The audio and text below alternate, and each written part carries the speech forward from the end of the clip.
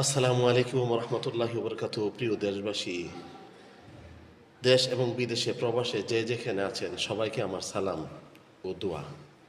বর্তমান বাংলাদেশের পরিস্থিতি খুবই ভয়ঙ্কর, খুবই লজ্জাজনক, খুবই দুঃখজনক। আমরা এই বাংলাদেশ চাইনি। এই গণতন্ত্রের এই সুখবরের মধ্য দিয়েই একটা বিশৃঙ্খলা সৃষ্টি হয়ে গেছে। এক তো সিএসি ইঞ্জিনিয়ারিং করে ভারতের ডিজিএফআই এনআরসির কথা শুনে এই রেজাল্টটাকে ঘুরিয়ে দিয়েছে।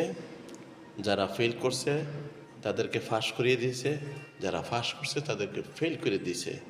যাই হোক, মেনে নিলাম, কিন্তু যেভাবে দেশের মধ্যে হাহাকার, অত্যাচার, অবিচার, অগ্নিকাণ্ড, হত্যা, ধর্ষণ শুরু হয়ে গেছে, এটা কিন্তু মানা যায় না।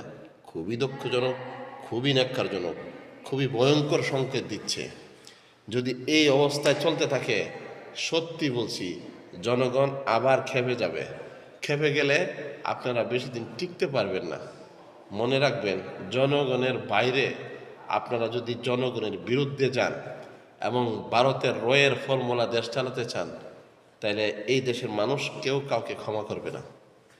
এই কথাটা মনে রাখবেন। ঠিক কোন মুহূর্তে দেশের মানুষ, রাজনীতি বাহিরে একটা শক্তি আছে, যে শক্তি ফেসিবাদীকে তাড়াইছে, যে কোনো মুহূর্তে রাস্তায় নেমে যাবে।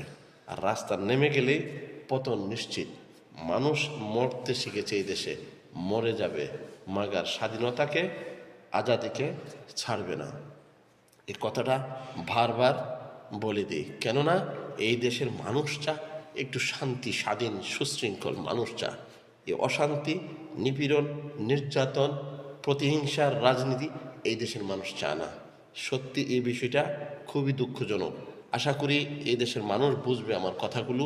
যদি ভালো লাগে রে ভাই, কলিজার ভাইরা, আমার কথাগুলো শেয়ার করে দিয়েন। এটি আপনাদের কাছে ভালো থাকবো। আল্লাহ হাফেজ, আসসালামু আলাইকুম।